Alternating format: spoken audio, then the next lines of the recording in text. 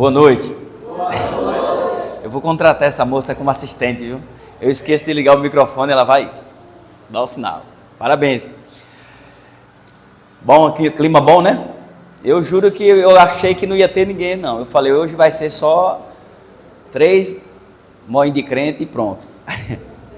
Mas louvado seja Deus que vocês vieram. Eu agradeço pela presença de vocês. Agradecemos a Deus por essa chuva maravilhosa. A gente está merecendo fogo e Deus está mandando água ainda. Que a gente é ruim, viu? Nós não é bom, não. A gente tenta ser bom, mas cada dia a gente... Quando eu falo a gente, não quer dizer você. Eu estou dizendo, eu estou no meio, né? Nosso coração é muito enganoso. Mas vamos aqui às nossas visitas, né?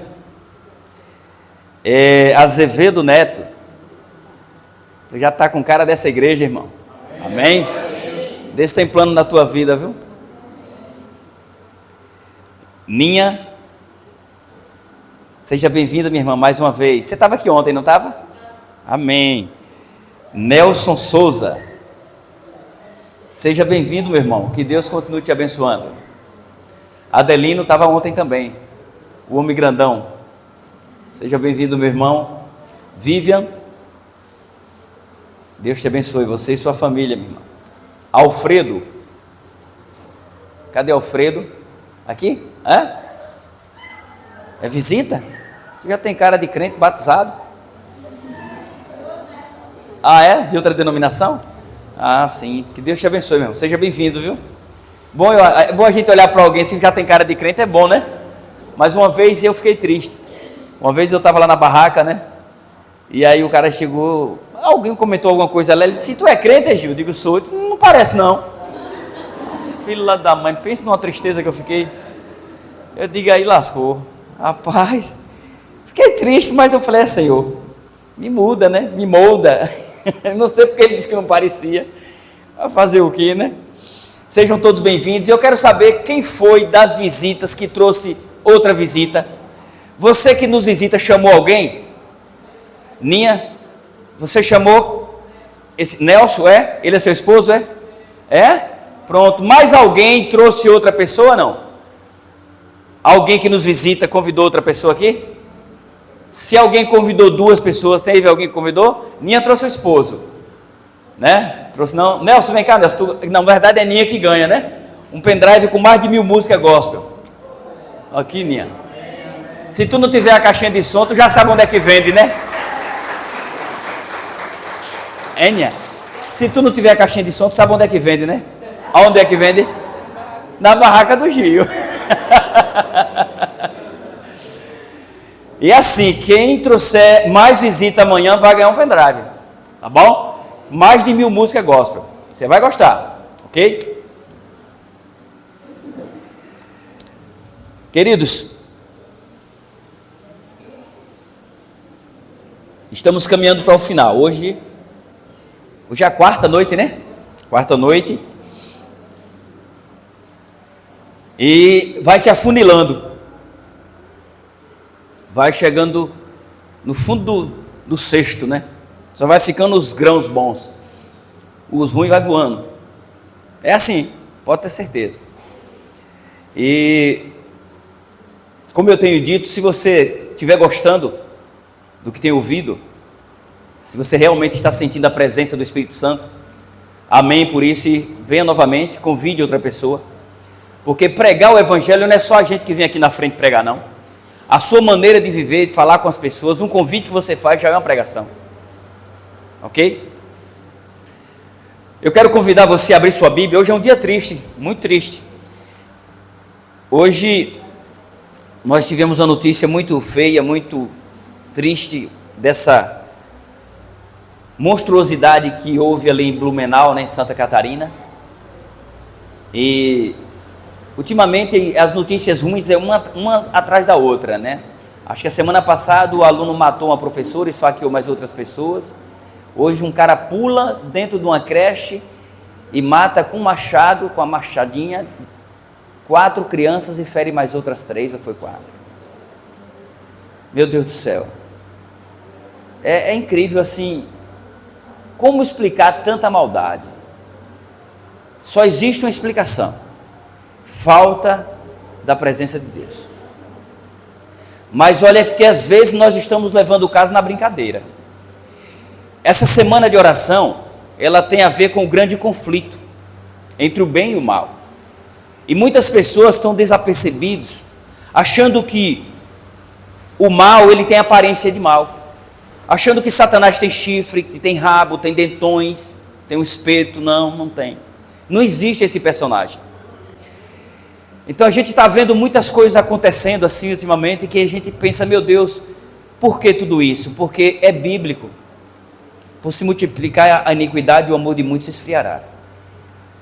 Satanás, ele age de uma forma tão astuta, tão desgraçada, tão maquiavélica, que você tem ideia quantas pessoas hoje no mundo está com ódio desse cara, querendo matá-lo?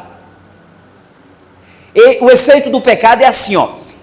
É como se você pegasse uma mão cheia de pó e jogasse em alguém. Você consegue melar a pessoa e todos que estão à volta, inclusive você. Esse é o efeito do pecado. O que esse cara fez, ele despertou uma fúria no coração das pessoas, que se alguém pegasse ele, acho que cortava ele em pedacinho. Aí quem ia ficar feliz com isso? Satanás. Porque além de 4, seria mais um. Porque esse rapaz, ele também ele é filho de Deus. Ele não nasceu assim. Mas por viver talvez fora da presença de Deus, ele abriu o coração e o inimigo entrou.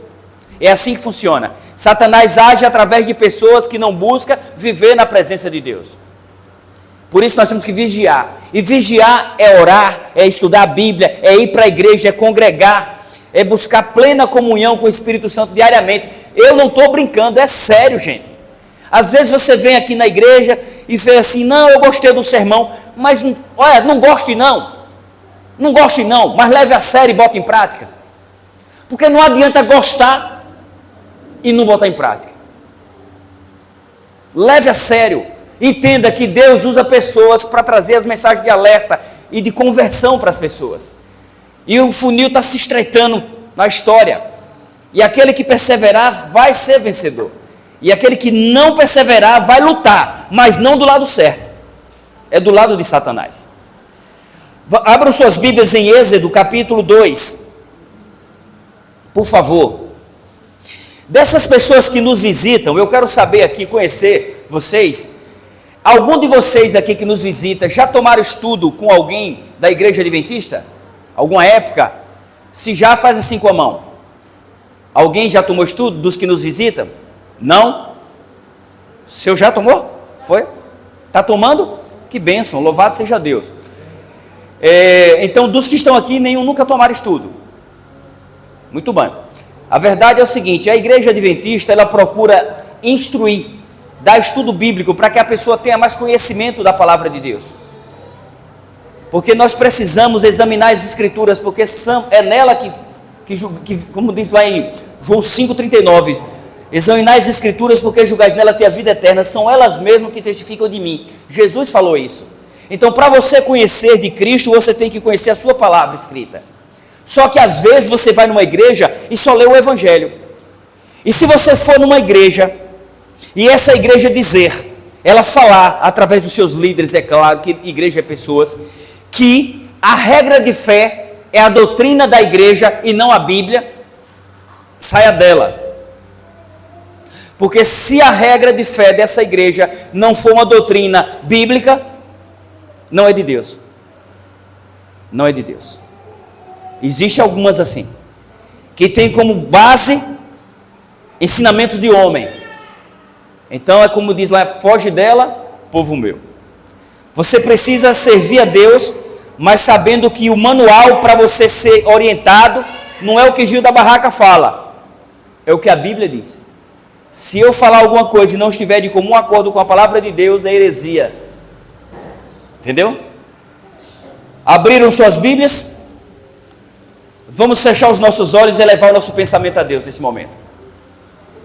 Senhor nosso Deus, nosso Pai Criador e Mantenedor, nós te agradecemos por mais esse dia que o Senhor nos presenteou, por essa noite que aqui estamos juntos entre irmãos, e queremos te pedir que o Senhor nos abençoe com a tua presença, nos dê a compreensão da tua palavra.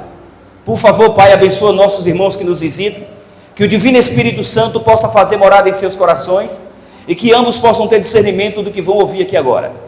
E ao discernirem a Tua palavra, que possam, Senhor Deus, colocar em prática. Eu te peço, Pai, nós sabemos que os dias estão sendo abreviados, e muitas pessoas estão dormentes, estão dormindo, e não atentaram ainda que precisam tomar suas decisões o quanto antes. Por favor, Senhor, tenha misericórdia de nossas vidas, perdoa os nossos pecados e nos capacita para o céu. É o que te pedimos e rogamos em nome do Senhor Jesus Cristo. Amém. Queridos, nós vamos ler daqui a pouquinho. Antes eu quero fazer um comentário pequeno. Há mais ou menos 3.500 anos atrás, o povo de Deus, os israelitas, viviam escravizados pelos egípcios. Não é a leitura ainda não, é a introdução, viu? Eles eram obrigados a trabalhar na construção civil no Egito, nas lavouras, fabricação de tijolos, construção de cidades, de casas, entre muitos outros trabalhos forçados. E o pior, tudo isso eles faziam debaixo de chicotadas. Muitos não resistiam ao tanto sofrimento que vinham até a óbito. Mas por que tudo isso? Afinal, eles não eram o povo de Deus? Por que sofria tanto? Por que sofreram tanto? Aí você se pergunta, por que essas crianças morreram? Por que Deus permitiu? Porque quem conhece a Bíblia sabe que elas ainda não estão mortas. Elas estão separadas dos pais, separadas desse mundo. Elas estão guardadas no pó. Mas elas vão ressuscitar. E os seus pais, se assim perseverarem nos caminhos do Senhor e aceitarem a salvação em Cristo Jesus, irão abraçá-lo. Porque a Bíblia diz que os mortos descansam no pó, aguardando a ressurreição. Não é eu que falo, é a palavra do Senhor. Leia 1 Tessalonicenses 4,16 e você vai ver, tá bom? Amados, por que o povo de Deus estava escravo no Egito? Houve uma época quando Jacó morava com sua família na terra de Canaã e passou por certa dificuldade, por escassez de alimento, e eles enviou seus filhos, a história é conhecida, ao Egito para comprar alimento, porque no Egito era o único local que tinha alimento, que tinha grãos. Antes disso, os irmãos de José haviam vendido ele como escravo. Deus o abençoou, o honrou e fez dele se tornar governador do Egito. Era tudo provisão e providência divina. Então José mandou que sua família viesse para morar no Egito, porque ainda faltavam muitos anos de seca, e ali eles seriam providos de todo o alimento. E assim fizeram, e vieram 70 pessoas, a Bíblia fala 70 almas vieram para o Egito. Almas na Bíblia quer dizer vida. E ali eles foram morar no Egito, o tempo foi passando, e eles foram se acomodando. Depois da morte de José, eles haviam se acomodado no Egito. Com o passar dos anos, foram surgindo novos reis, ou faraós, que não conheciam ou não deram importância ao nome de José. Por conta disso, os israelitas se tornaram escravos no Egito. E desde então eles sofriam, eles trabalhavam forçado, debaixo do sol escaldante, passando fome, morriam espancados, e eles clamavam por libertação e clamavam por socorro a Deus. Só que durou muito tempo. E se você for aqui para a nossa leitura agora, capítulo 2 e o versículo 23, diz o seguinte: decorrido muitos dias, morreu o rei do Egito. Os filhos de Israel gemiam sob a servidão, e por causa dela clamaram, e o seu clamor subiu a Deus.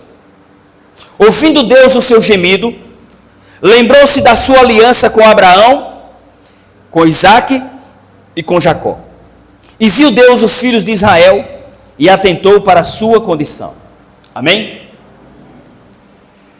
Queridos, mas por que tanto tempo? Os israelitas, eles clamavam, suplicavam a Deus por libertação, e só depois de 430 anos de clamor, foi que Deus respondeu. Gente, não foi 30, 430 anos eles ficaram no Egito. A princípio foi projeto de Deus? Não. Deus criou o ser humano livre. Infelizmente, por conta da escolha de uns, muitos sofrem. É Alfredo? A escolha de Alfredo vai afetar a esposa, não é isso? Vai afetar ela, vai afetar os filhos, vai afetar os amigos. Quando nós casamos, na verdade, independente de casar ou não, nós temos que entender que nós não somos filhos de chocadeira. Nós temos pessoas ao nosso redor que podem ficar felizes com as nossas escolhas, mas também podem ficar tristes e podem sofrer. As escolhas erradas do povo de Deus fez com que a nação toda e aquele povo todo, chegou 70 pessoas no Egito, e ali ficaram 430 anos, agora tinham milhares, quase 2 milhões de pessoas. Muitas pessoas. Esse povo parece que não tinha televisão, não tinha mesmo, não. Fazia muito filho. E na verdade fazia mesmo. Ter muitos filhos era sinônimo de prosperidade e de bênção de Deus. Eu mesmo acho que tenho uma tia, se eu não me engano, ela teve 18 ou foi 17 filhos. Essa foi abençoada, viu? Deus me perdoe, mas eu não quero essa bênção, não. Eu tenho 2 e dá um trabalho retado. Mas é verdade. Porque o povo, depois de 430 anos, só depois de 430 anos, Deus atendeu os clamores. Mas por quê? Por que Deus demorou tanto? Porque Deus sabe o momento certo de atender as nossas necessidades. Ele sabe quando estamos aptos a receber as bênçãos. Como eu ia comentando e não completei, a tragédia que aconteceu com essas crianças foi por uma má escolha de alguém. Esse rapaz, eu não sei o que se sabe sobre ele, mas ele com certeza deve ter um passado negro. Ele deve ter feito várias escolhas na vida dele que veio afetar a mente dele. Ele com certeza não estava em sã consciência, porque uma pessoa em sã consciência jamais ia atentar desse jeito contra a vida de alguém, ainda mais de crianças inocentes. Então, provavelmente é uma consequência de uma má escolha que ele fez e acarretou sofrimento, infortúnio e dor no coração de muita gente. Mas por que? E as crianças? Eu já falei, as crianças estão dormindo no pó. No momento certo, quando Jesus voltar, elas irão ressuscitar. Diga amém, igreja? Amém. Queridos, Deus sabe o tempo certo de nos conceder a bênção. No momento certo, Deus chamou Moisés para libertar seu povo das mãos de Faraó. A princípio, de início, Moisés rejeitou, mas depois acabou aceitando. Deus sabia que Faraó não iria libertar o povo. Moisés leva recado de Deus para Faraó, Faraó recusa e ainda zomba de Deus, questionando: quem é esse Deus que eu não conheço? Todos nós conhecemos a história, não é isso? Quem é esse Deus? Sucessivas mensagens Deus foi enviando através de quem? De Moisés e de Arão, e cada uma que levava, Faraó recusava. A Bíblia diz que Deus endureceu o coração de Faraó. Na verdade, não é que Deus estava brincando, chacoteando, tirando onda com a cara de Faraó. É porque a dureza do coração de Faraó, Deus poderia amolecer? Poderia, mas ele não amoleceu. Então, se Deus pode e ele não fez, é porque ele permitiu a dureza do coração dele. Aí a tradução fala que Deus endureceu o coração de Faraó. Não, Deus não quer que você seja uma pessoa ruim, mas ele deixa que você exerça a sua ruindade.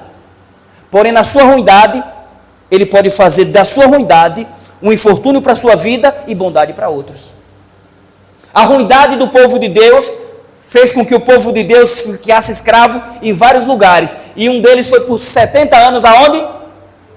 Por causa da ruindade de Deus, Deus submeteu o seu povo 70 anos à escravidão, onde? Em Babilônia.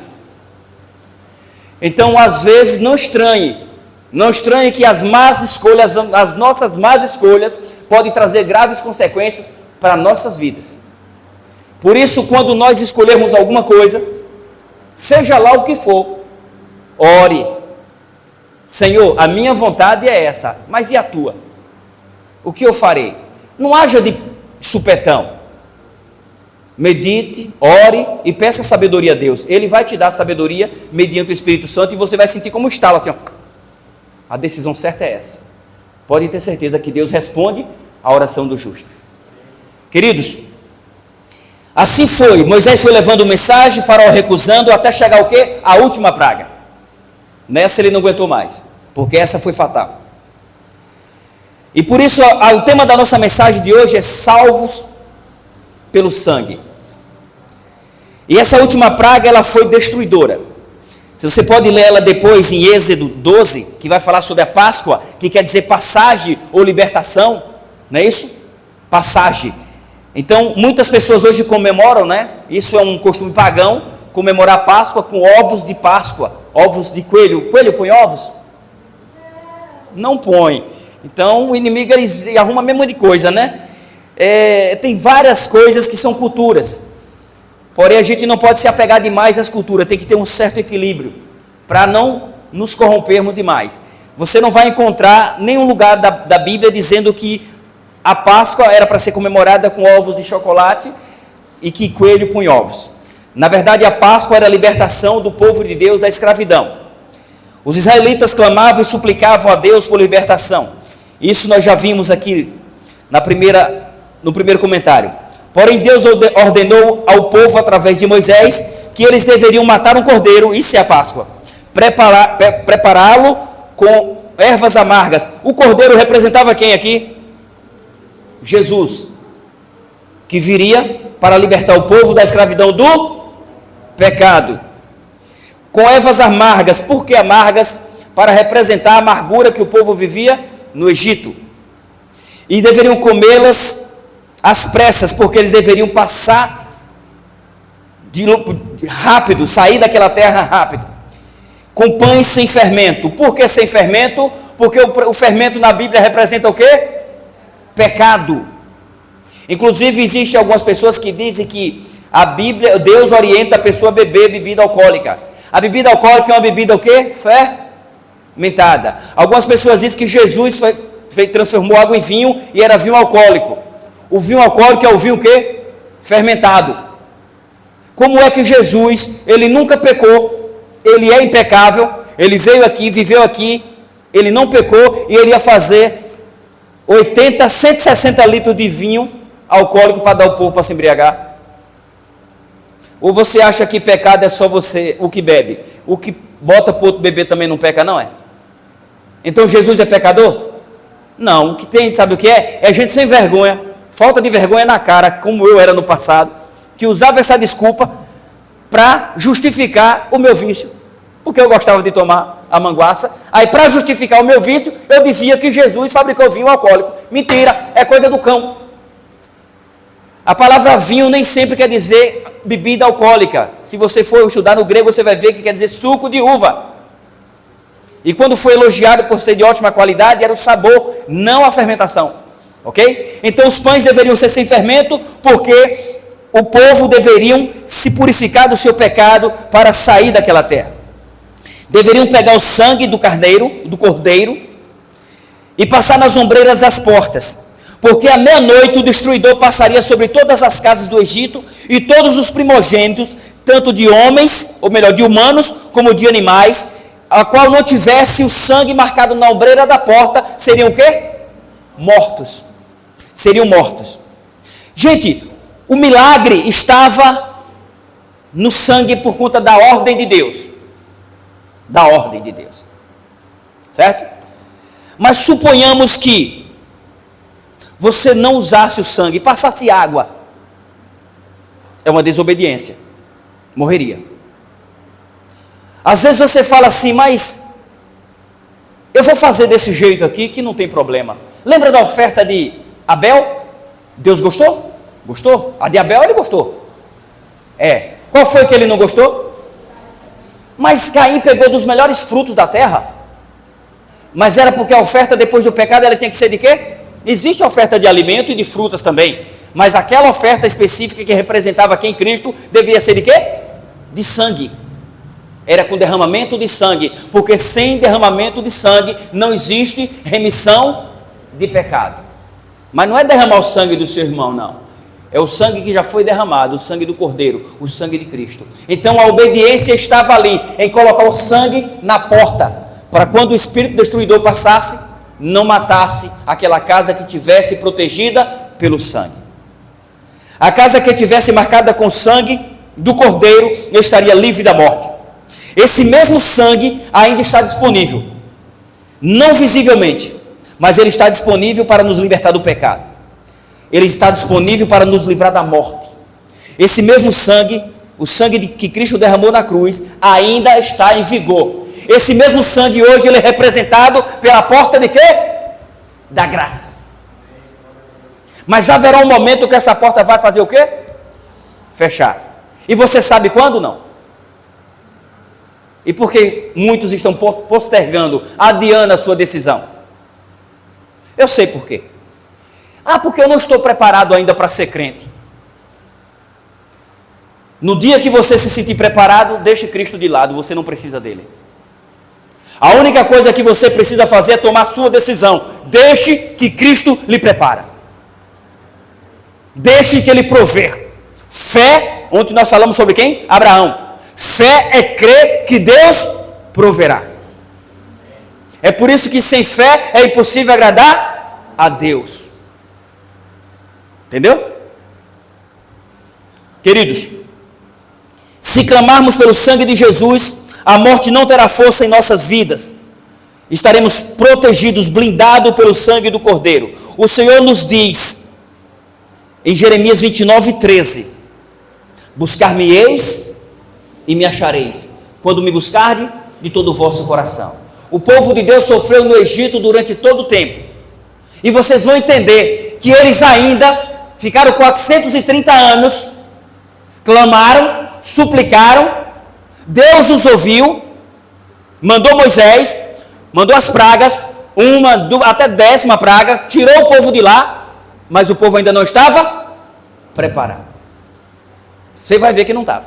430 anos. Aí você diz, eu não tomo a decisão porque eu ainda não estou preparado.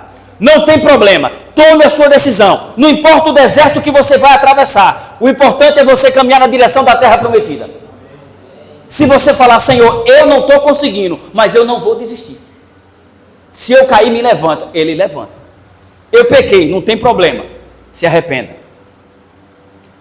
Quando nós nos arrependemos verdadeiramente de coração, Deus pega na pessoa dos seus anjos e apaga o nosso pecado e torna aquela folha em branco. E você pode escrever uma nova história. Amém? Mas você precisa ser sincero e arrepender. E todos nós pecamos. E a única coisa que nos afasta de Deus é o pecado. Tá bom? Queridos, clamem com sinceridade. Algumas pessoas oram quando tem necessidade. Só. Meu pé está doendo. Meu emprego está inseguro. Estou precisando de emprego. Meu marido está ruim. Minha mulher está ruim. Meu filho está doente.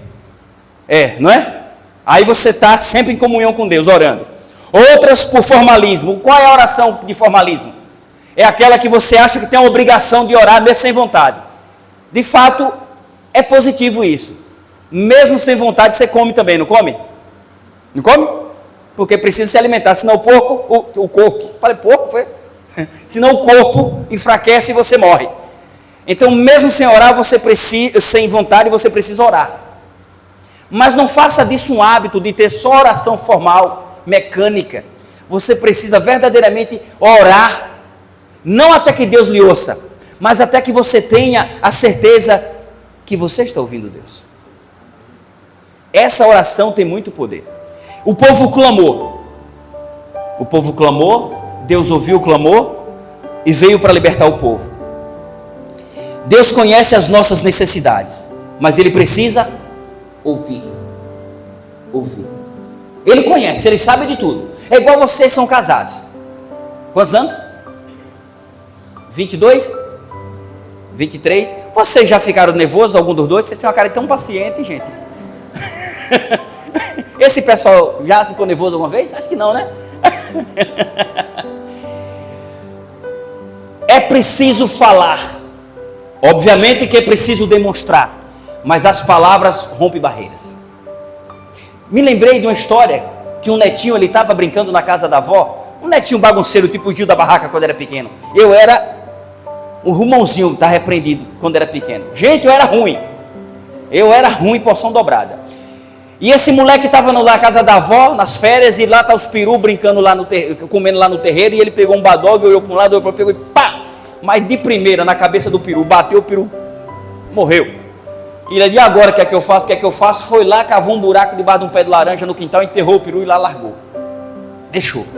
E passou um ano, passou 2, passou 3, passou 10, passou 20, mas ele não esquecia aquele pecado. O coração dele doía, apertava, e ele falava, meu Deus, eu tenho que me arrepender. Eu já me arrependi, mas eu tenho que falar com minha avó.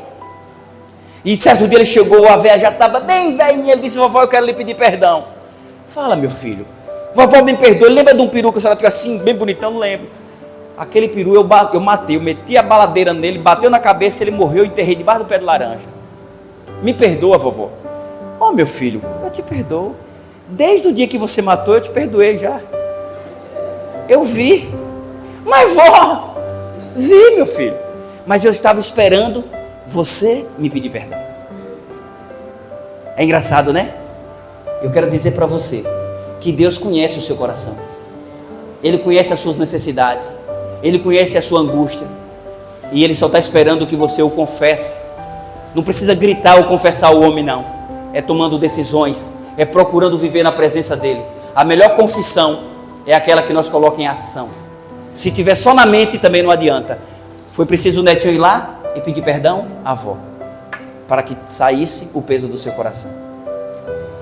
Amados, algumas pessoas dizem, mas eu oro tanto, eu peço e não consigo nada. O povo pediu e Deus demorou de responder e respondeu. Mas Tiago responde por que às vezes você pede e não recebe nada. No livro de Tiago, capítulo 4, versículo 3, diz assim, ó: não têm o que desejam, porque não pedem.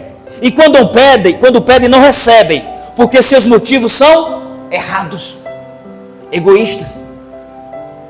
Você pede só para o seu bel prazer. Você só pede para se aparecer. Nós temos esse defeito. Nós temos um carro novo, queremos um mais novo. Temos um celular, tá bom, mas queremos um melhor. Tem uns que tem uma mulher bonita, mas quer outra. Pega, miséria, e vai morrer, vai para o inferno. Mas é assim.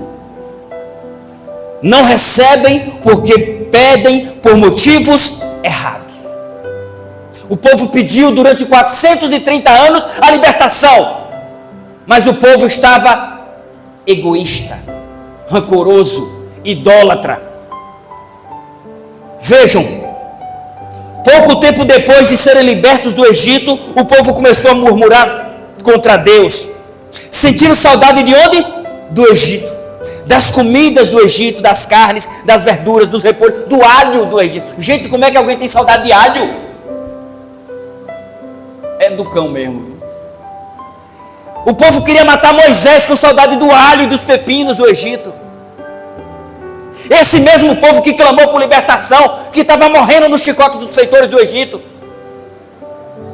Esse mesmo povo que tinha suas mulheres estupradas, suas filhas violentadas, vivendo a tirania de Faraó, massando barro para fazer tijolo, sendo escravo no Egito. Senhor, nos liberta. E o Senhor libertou. Mas quando atravessaram o Mar Vermelho, que tiveram em direção à terra prometida, esse povo se rebelou. Você entendeu ainda porque Deus não te honrou? Está entendendo? Porque você primeiro quer se servir de Deus, para depois, se der certo, servi-lo. É o contrário. Sirva-o primeiro, para que ele te sirva. Queridos, infelizmente ainda existem pessoas assim. Clamam por libertação, Deus os livra, mas não querem se desapegar do pecado. Não querem. Querem voltar para o Egito, para o sofrimento. Estão escravos do pecado. Preferem ser servos do pecado em vez de servos de Deus. Eu quero dizer para você essa noite. Não importa o seu pecado, se é escondido ou revelado, Deus te ama. Mas Ele abomina o pecado. Para que você não seja destruído junto com o seu pecado, arrependa-se. Confia no Senhor. Entrega o teu caminho a Ele. E o mais, Ele fará. Você precisa confiar.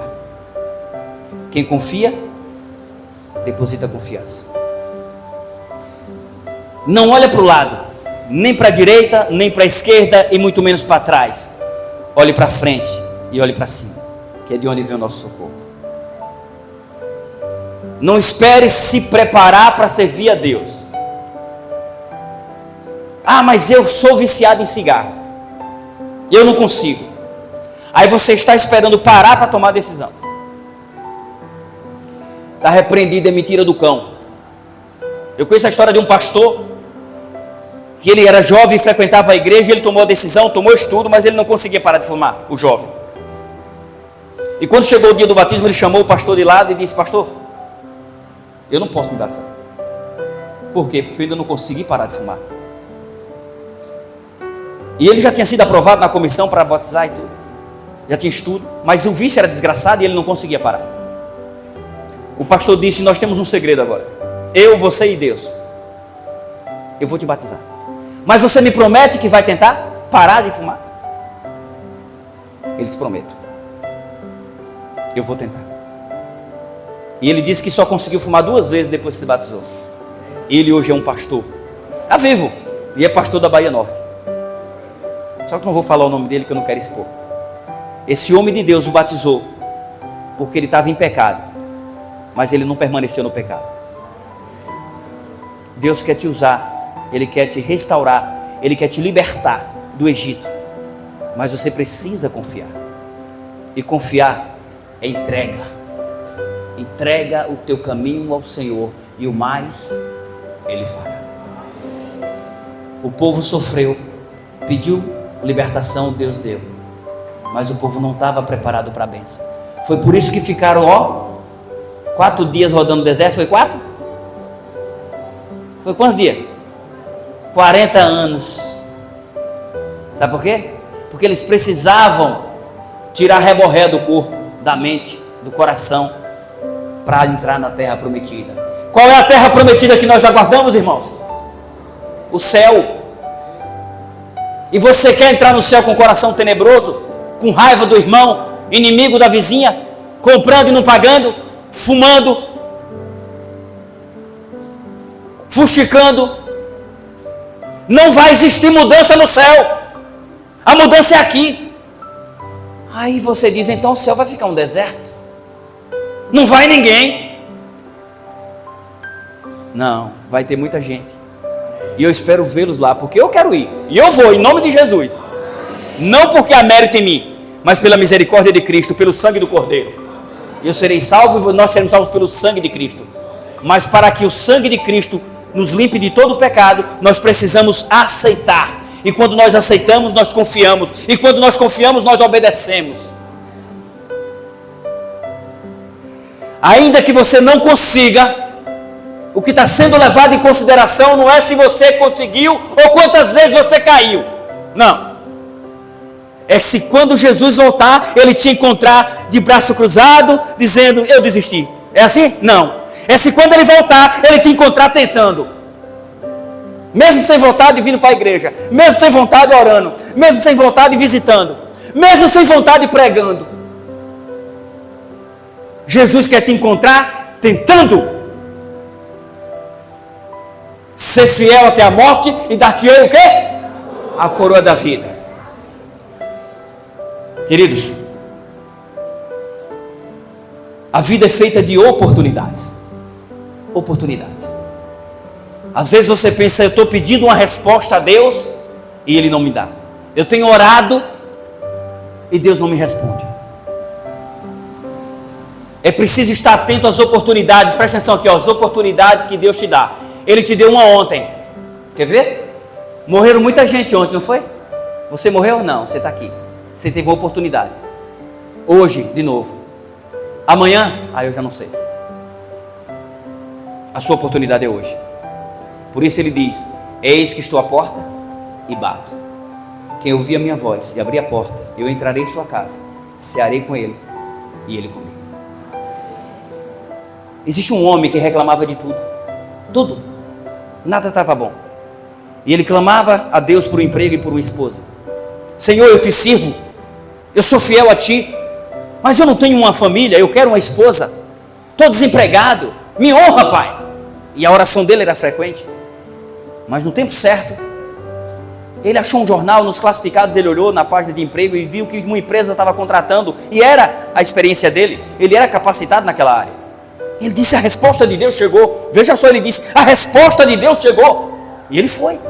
E quando ele chegou na porta da empresa, a fila perdia de vista de gente. Ele pegou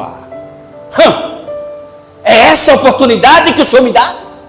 Eu te peço um emprego, Chega aqui, tem essa fila de gente, essa multidão, para 10 vagas? Ah, não. Rasga o jornal, joga e sai bravo. Se retou com Deus. E vai para o ponto para pegar o ônibus. Entre o local que ele estava até o ponto de ônibus, uma criança ali para com uma rosa e diz: Senhor, tome uma rosa. Para que eu quero rosa, menino? É de graça, é um presente para o senhor dar à sua namorada, à sua esposa. Eu não tenho mulher não, menino, eu sou sozinho. Pega esse negócio para lá. Homem bruto, né? Mal amado, infeliz. Chega no ponto de ônibus, o ônibus para lotado, mas lotado. Ele entra e diz: misericórdia, vida desgraçada. Agora eu vou ter que ir em pé até em casa. Mas tinha um lugar, o único lugar lá no fundo. Uma poltrona vazia, ele disse: ó, é uma lá. E do lado uma moça linda, linda.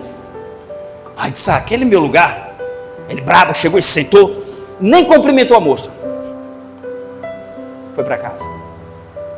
Foi dormir. Sonhou. Aí tem uma conversa com Deus: mas Senhor, eu te peço uma oportunidade. Tu me manda aí para aquela empresa, chega lá, não tem emprego. Aquela multidão de pessoas. É assim que tu quer me honrar, pai? Aí Deus diz: filho, eu te honrei. Foi você que não soube aproveitar a oportunidade. Era só você entrar na fila. Uma das vagas era tua. Você não entrou na fila.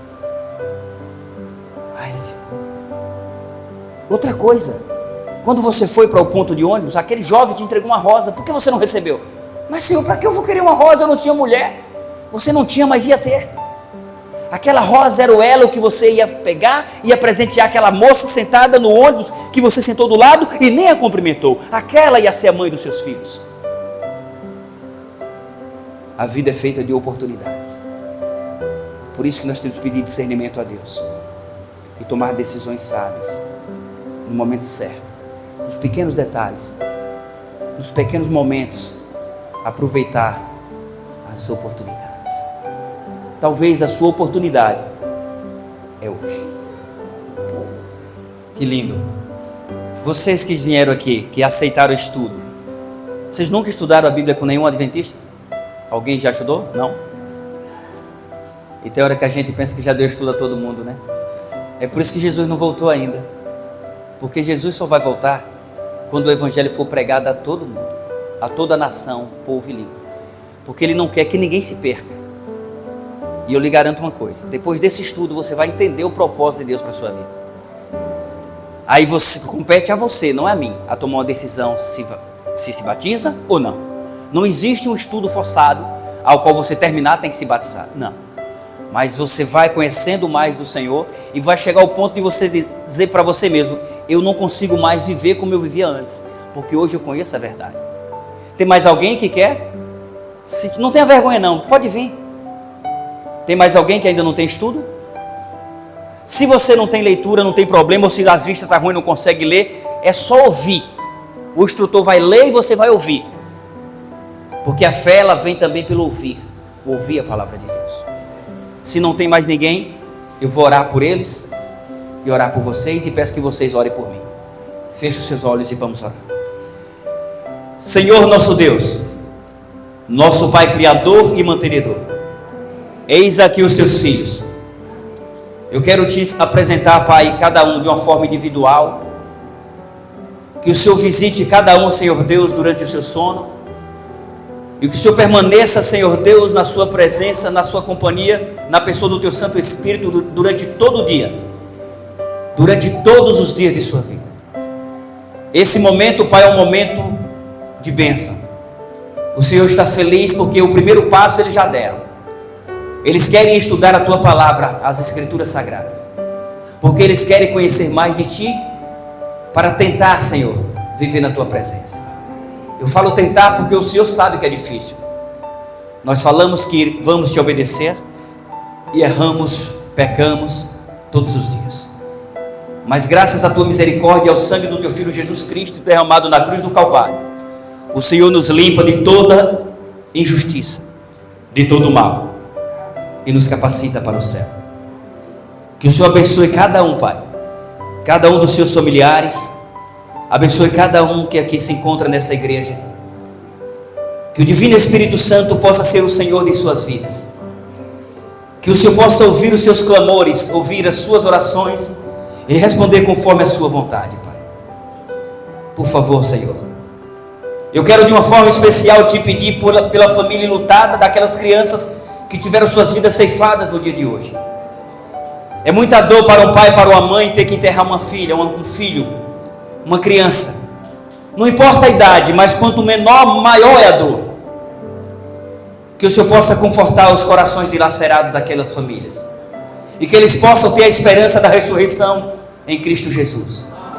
Porque no dia da ressurreição, eles irão abraçar os seus filhos. Nós cremos que o Senhor irá nos ressuscitar se descermos ao pó antes que aqui o Senhor regressar.